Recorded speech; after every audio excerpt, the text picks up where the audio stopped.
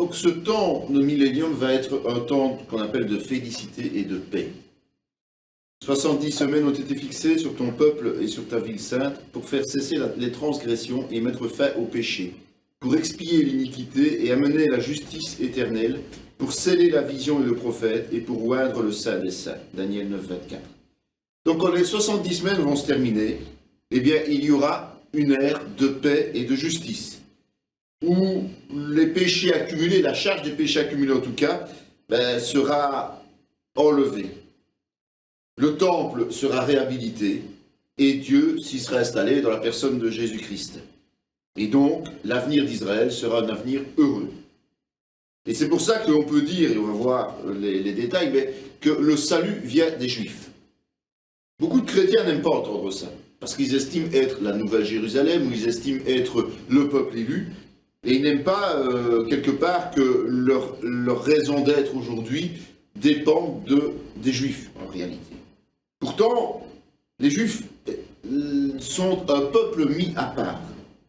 Interroge les temps anciens qui t'ont précédé, depuis le jour où Dieu créa l'homme sur la terre, et d'une extrémité du ciel à l'autre, y eut-il jamais si grand événement, et a-t-on jamais ouï chose semblable?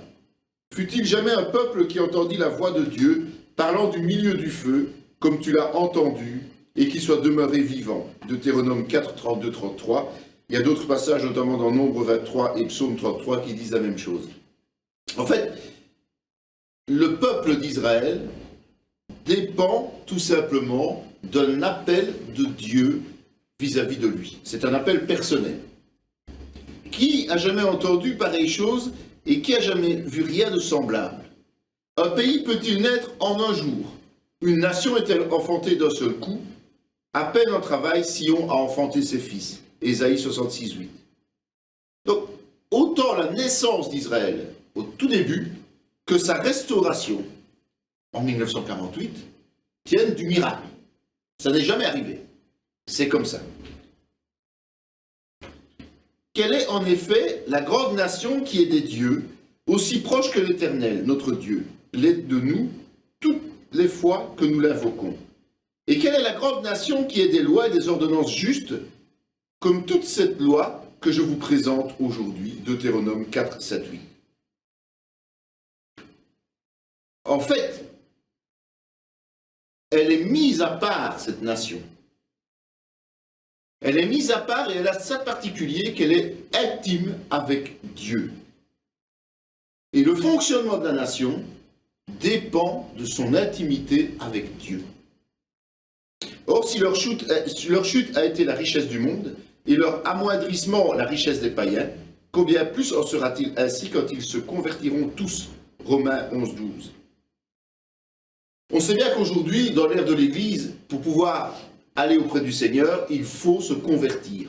Il faut faire cette profession de foi vis-à-vis de Jésus-Christ. Et certains Juifs le font. Et donc, ils font partie de l'Église, non plus du peuple d'Israël, mais de l'Église. Mais pour Israël, à la fin des temps, ce sera une approche, un salut collectif qui aura lieu. Tous tes fils seront disciples de l'Éternel, et grande sera la prospérité de tes fils. Ésaïe 54, 13. Celui-ci n'enseignera plus au prochain, ni celui-là son frère, en disant « Connaissez l'Éternel ». Car tous me connaîtront, depuis le plus petit jusqu'au plus grand, dit l'Éternel, car je pardonnerai leur iniquité et je ne me souviendrai plus de leurs péchés. Jérémie 31, 34. En fait, dans le millénium, plus aucun juif ne sera incroyant. Aujourd'hui, il y a des juifs incroyants. Aujourd'hui, il y a des juifs qui sont comme les païens du monde. Mais au moment où ils se convertiront durant le millénium, plus aucun juif ne sera incroyant. C'est un peuple qui apporte les bénédictions de Dieu, en ce compris le salut. Vous adorez ce que vous ne connaissez pas, nous adorons ce que nous connaissons, car le salut vient des Juifs. Jean 4, 22. En fait, c'est Jésus qui parle à la Samaritaine à ce moment-là. Et il lui dit clairement que le salut vient des Juifs. Pourtant, certains continuent à enseigner que l'Église est la fameuse Israël spirituelle. Ça ne tient pas la route. Ça ne tient pas la route. car le salut, l'origine du salut, est bien le peuple juif. Car si leur rejet a été la réconciliation du monde, que sera leur réintégration sinon une vie d'entre les morts? Tu diras donc, les branches ont été retranchées afin que moi je fusse hanté. Cela est vrai, elles ont été retranchées pour cause d'incrédulité, et toi tu subsistes par la foi. Eux de même, s'ils ne persistent pas dans l'incrédulité, ils seront hantés, car Dieu est puissant pour les hanter de nouveau. Si toi tu as été coupé de l'olivier naturellement sauvage et hanté contrairement à ta nature sur l'olivier franc, à plus forte raison, eux seront-ils hantés selon leur nature sur leur propre olivier. Quelques passages de Romains 11. En fait, c'est parce qu'Israël a été infidèle à Dieu que les païens, dont nous faisons tous partie, ici présents, ont eu accès au salut par Jésus-Christ. Mais à la fin des temps, Israël sera sauvé aussi. Toutes les nations de la terre seront bénies en ta postérité, parce que tu as obéi à ma voix. Genèse 22, 18. Cette bénédiction qui passe par Israël pour les nations vient de l'alliance que Dieu, la promesse que Dieu a faite à Abraham.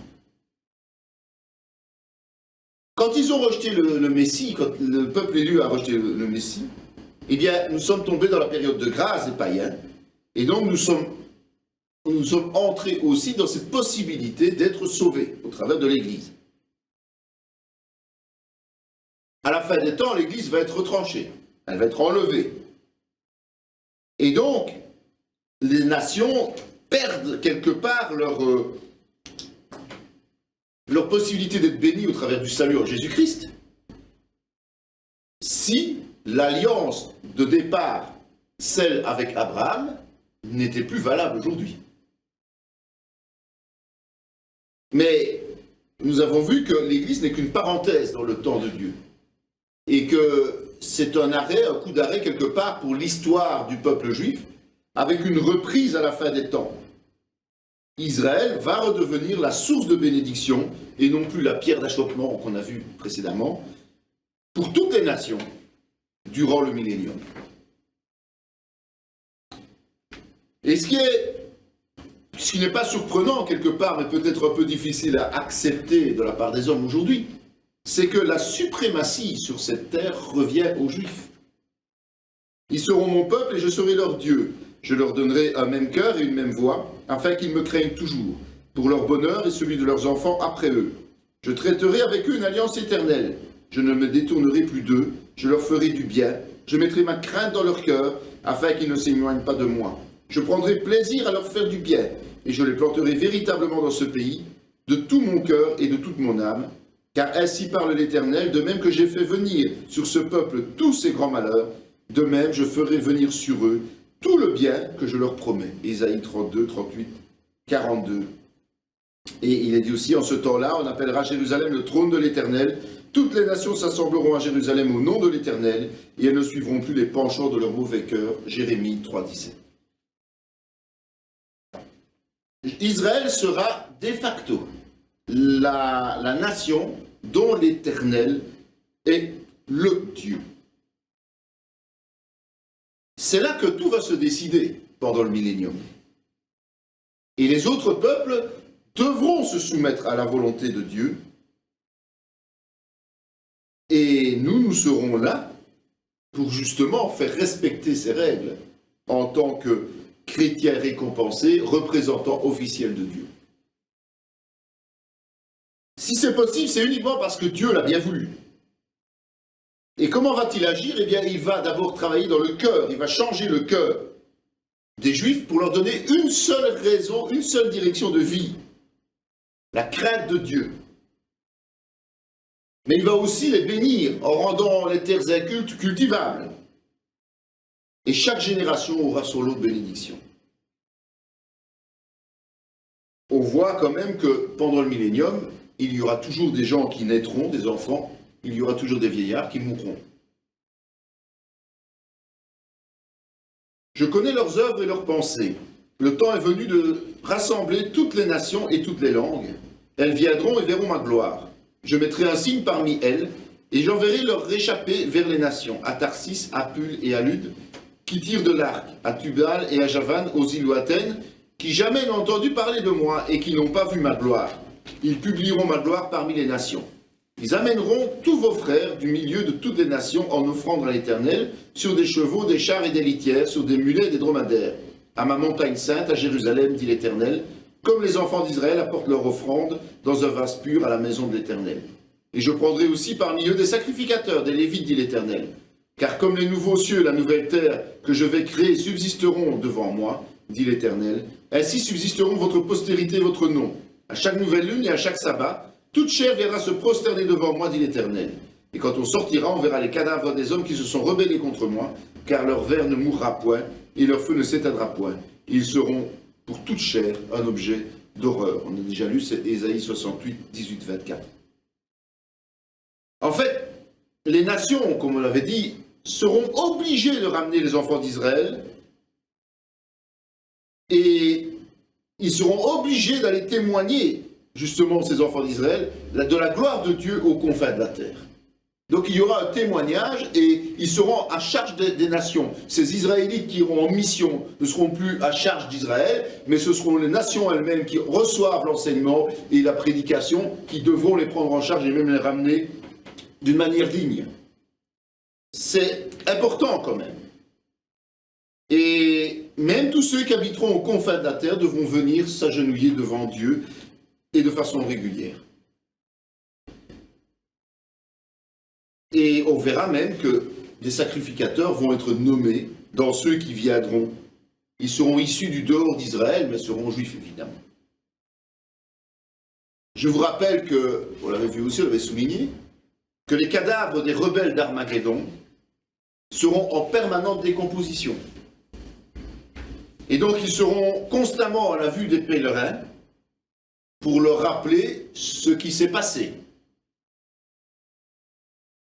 Et c'est pour ça qu'ils vont être rassemblés au même endroit et enterrés dans une même vallée dès après la bataille finale.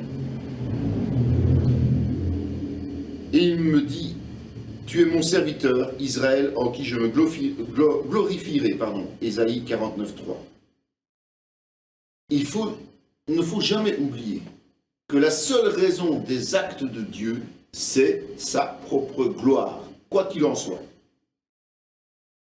Et toi, Bethléem Ephrata, petite entre les milliers de Juda, de toi sortira pour moi celui qui dominera sur Israël, et dont l'origine remonte aux temps anciens, au jour de l'éternité.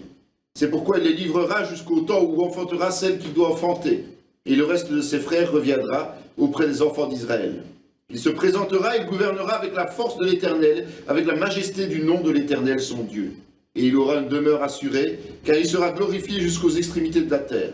C'est lui qui ramènera la paix. Lorsque l'Assyrien viendra dans notre pays, qu'il pénétrera dans nos palais, nous ferons lever contre lui 7 pasteurs et 8 princes du peuple.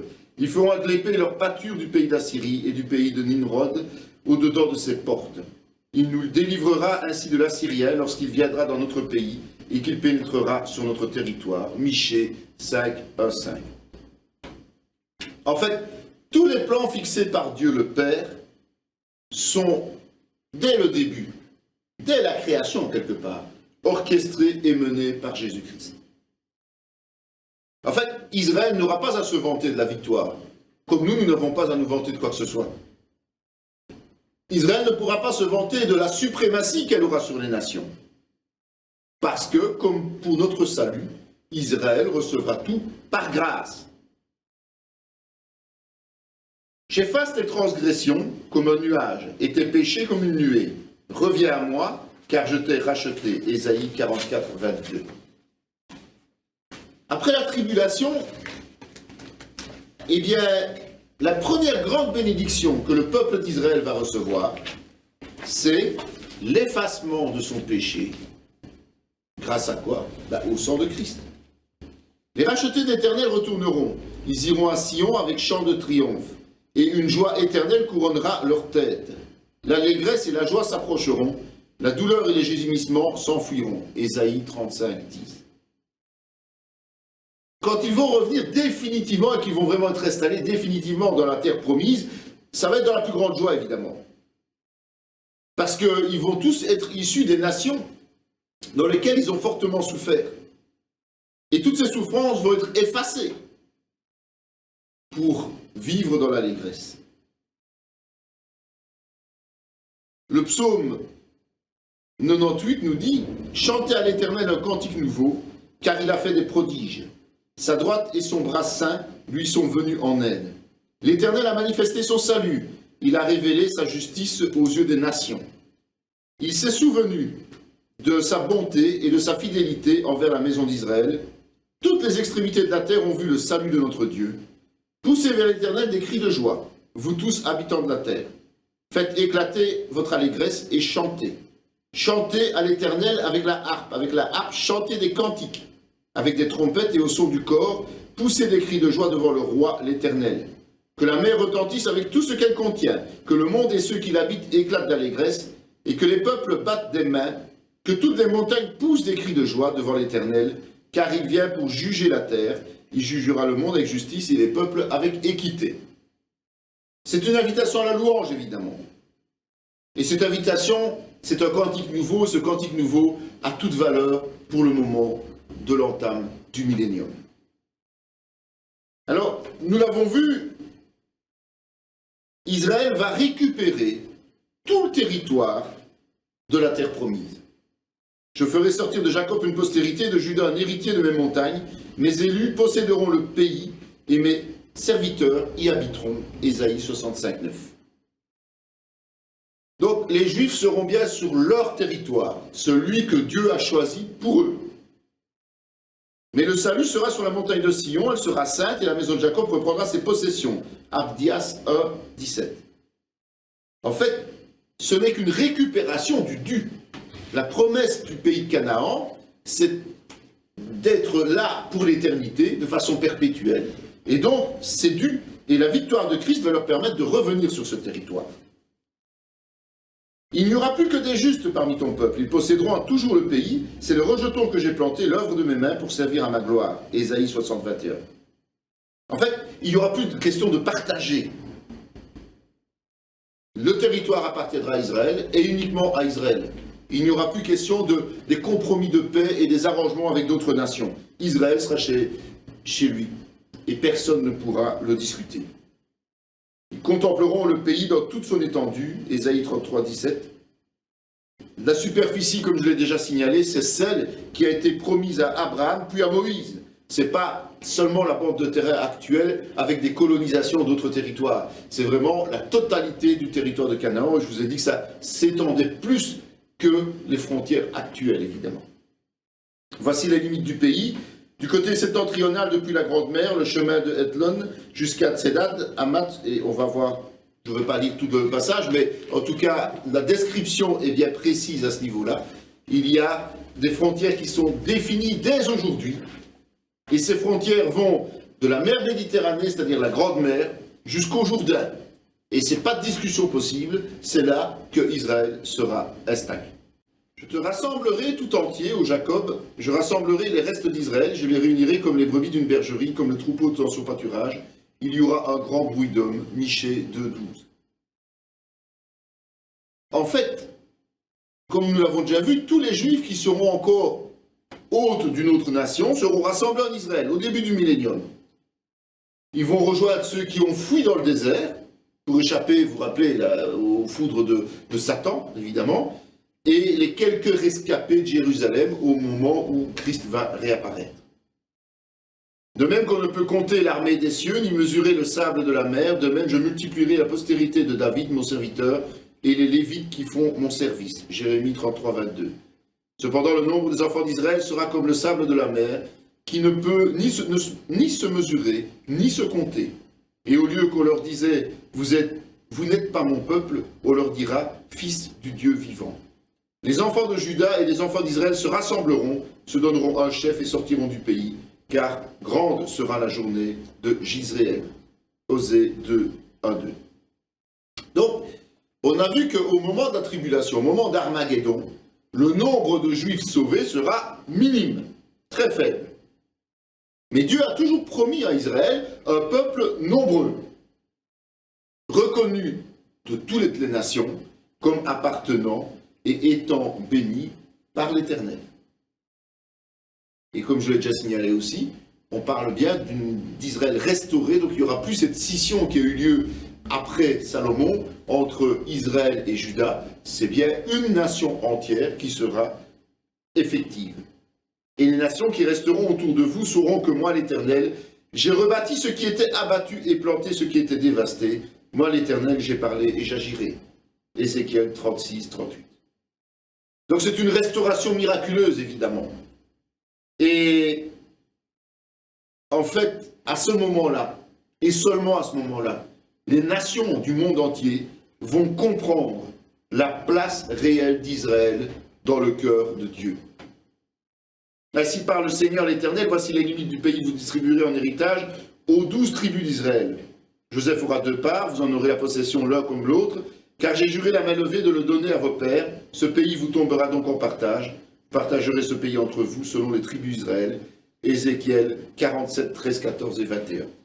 Donc, le principe territorial restera le même qu'au moment où Josué est entré sur ce territoire et les tribus ont pris possession du territoire.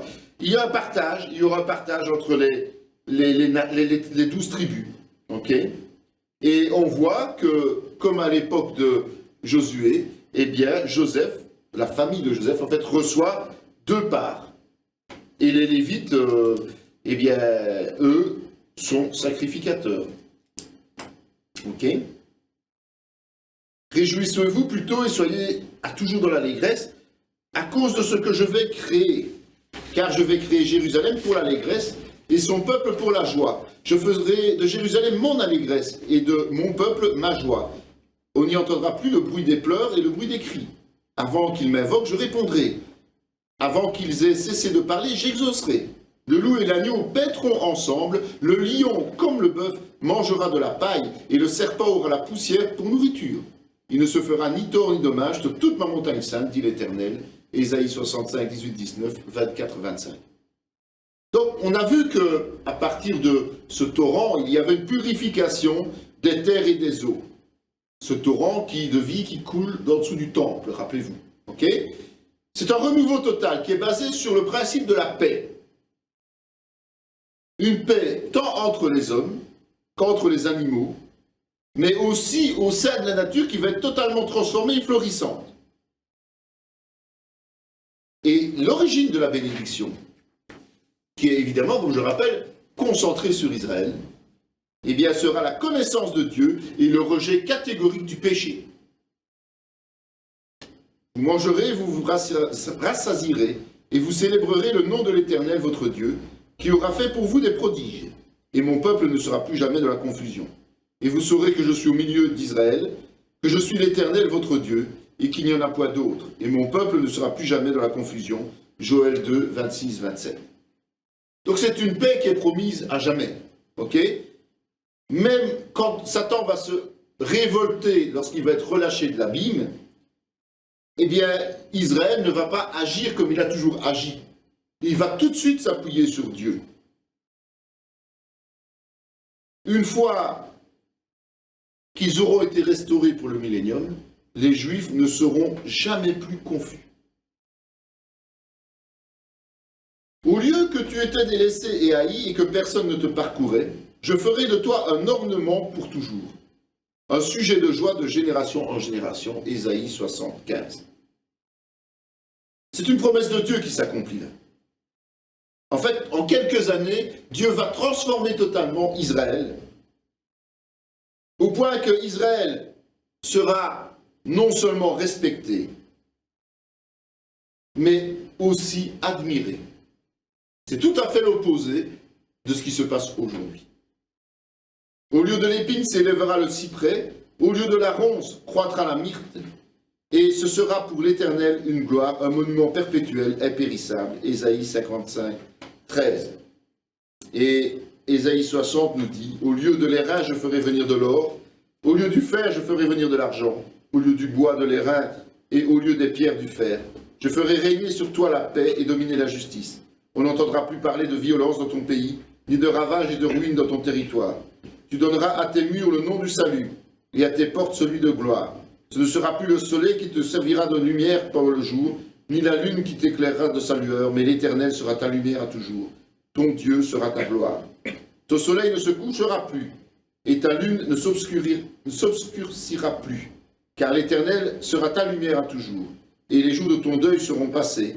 Il n'y aura plus que des justes parmi ton peuple, ils posséderont à toujours le pays. Donc il va y avoir la paix, c'est un fait, mais on va aussi avoir l'abondance. L'abondance parce que Dieu sera présent. Le Dieu créateur qui ne va pas hésiter à transformer lui-même la valeur intrinsèque de la nature. Et donc, notamment, tout ce qui est peu noble va être transformé en minerais précieux. Ça veut dire qu'Israël sera riche. C'est une nation qui va devenir prospère. Le désert et le pays aride se réjouiront. La solitude s'égaira et fleurira comme un narcisse. Elle se couvrira de fleurs et tressaillira de joie, avec chant d'allégresse et cris de triomphe. La gloire du Liban lui sera donnée, la magnificence du Carmel et de Saron. Ils verront la gloire de l'Éternel, la magnificence de notre Dieu. Ésaïe 35, 1, 2. Dieu va faire refleurir tous les lieux les plus arides. Et donc, la terre qui était désolée, suite à tous les fléaux que Dieu a fait tomber sur cette terre, eh bien, cette terre désolée va redevenir comme un jardin d'Éden. Ils rebâtiront sur d'anciennes ruines, ils relèveront d'antiques décombres, ils renouvelleront des villes ravagées, dévastées depuis longtemps. Ésaïe 61, 4. Ils bâtiront des maisons et les habiteront. Ils planteront des vignes et en mangeront le fruit. Ils ne bâtiront pas des maisons pour qu'un autre les habite. Ils ne planteront pas des vignes pour qu'un autre en mange le fruit. Ils ne travailleront pas en vain. Ésaïe 65. En fait, toutes les constructions suite aux guerres, aux batailles, aux fléaux, aux exils et autres vont être abandonnées. Mais toutes vont être restaurées. Et ces villes vont devenir des cités resplendissantes.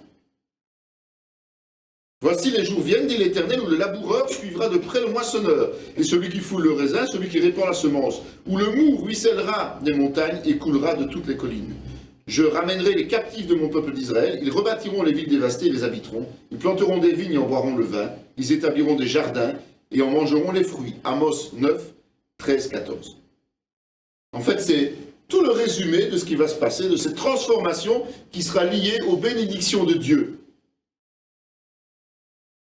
Et le travail de la terre sera abondamment béni. Tous tes fils seront disciples de l'Éternel, et grande sera la prospérité de tes fils. Ésaïe 54, 13. Eh bien, tout cela va profiter évidemment, non seulement à la génération de début de millénium, mais à toutes les générations qui suivront. Donc on a vu que la mort physique allait persister. Mais elle va persister selon l'ordre biblique des choses. C'est-à-dire qu'on vivra une longue vie. Et c'est comparé à la vie d'un arbre. Et la vie d'un arbre est en moyenne d'une centaine d'années. Je ne suis pas au-delà, mais comptons une centaine d'années. Et donc, la logique sera respectée dans le sens où ce sont les plus âgés qui mourront et pas les plus jeunes. D'accord ? Ce n'est pas nécessairement ce qui va se passer dans les nations. On parle bien ici de la restauration d'Israël et de la domination d'Israël. On ne parle pas de la restauration de toutes les nations. On est bien d'accord. Alors s'ouvriront les yeux des aveugles, s'ouvriront les oreilles des sourds. Alors le boiteux sautera comme un cerf et la langue du muet éclatera de joie. Car des eaux jailliront dans le désert et des ruisseaux dans la solitude. Ésaïe 35, 5, 6. Donc, il n'y aura plus de handicap, il n'y aura plus de maladie, tous ceux-là seront guéris. L'Éternel éloignera de toi toute maladie, il ne t'enverra aucune de ces mauvaises maladies d'Égypte qui te sont connues. Deutéronome 7, 15. Aucun habitant ne dit « je suis malade », le peuple de Jérusalem reçoit le pardon de ses iniquités. Ésaïe 35, 24. Donc, la maladie ne sera plus un châtiment de Dieu pour la désobéissance de son peuple. Parce que nous serons dans le règne du pardon, évidemment. Il n'y aura ni enfant ni vieillard qui n'accomplissent leur jour. car celui qui mourra à 100 ans sera jeune, et le pécheur âgé de 100 ans sera maudit. Car les jours de mon peuple seront comme les jours des arbres, et mes élus jouiront à l'œuvre de leurs mains, et ils n'auront pas des enfants pour les voir périr, car ils formeront une race bénie de l'Éternel, et leurs enfants seront avec eux. Ésaïe 65, 20, 22 et 23. La mort est quelque chose de naturel, et elle le restera quelque part. C'est une conséquence de la chute, d'accord? Mais chacun vivra les années qui sont programmées par Dieu pour l'être humain. Il n'y aura plus d'anormalité dans ce sens. Et les enfants survivront d'office aux parents. Il y aura un chemin frayé, une route, qu'on appellera la voie sainte. Nul impur n'y passera. Elle sera pour eux seuls. Ceux qui la suivront, même les insensés, ne pourront s'égarer. Sur cette route, point de lion, nulle bête féroce ne la prendra, nul ne s'y rencontrera, les délivrés y marcheront. Donc même pour leur déplacement, les Israélites n'auront plus aucune crainte, parce que Dieu leur aura réservé une route sainte. Ça veut dire que là où ils se déplaceront, ça leur sera réservé et ils seront protégés par Dieu lui-même. Ils n'ont plus besoin de GPS, puisqu'il est même dit que les insensés trouveront leur route.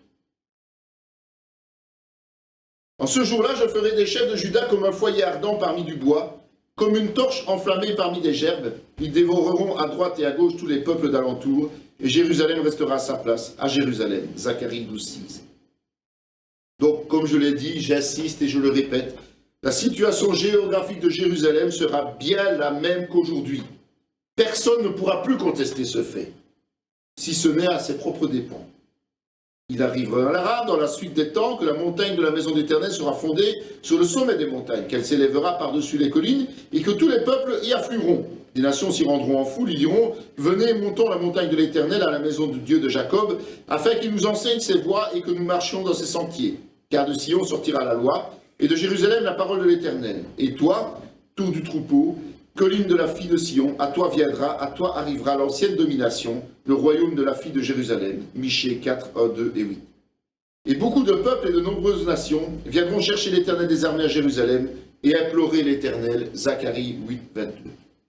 Donc, Jérusalem redevient la nation centrale, la ville centrale, la capitale d'Israël, d'accord? Mais ce n'est pas uniquement la capitale d'Israël, on le voit. Les nations viendront vers Israël. En ce temps-là, on appellera Jérusalem le trône de l'Éternel. Toutes les nations s'assembleront à Jérusalem au nom de l'Éternel, et elles ne suivront plus les penchants de leur mauvais cœur. Jérémie 3, 17. Donc beaucoup de nations vont chercher les faveurs de Dieu.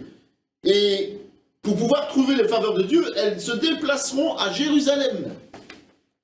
En fait, Jérusalem sera la capitale du monde nouveau. C'est vraiment le point incontournable, la ville vers laquelle chacun doit aller s'il veut recevoir les bénédictions du Seigneur pour ses propres vies.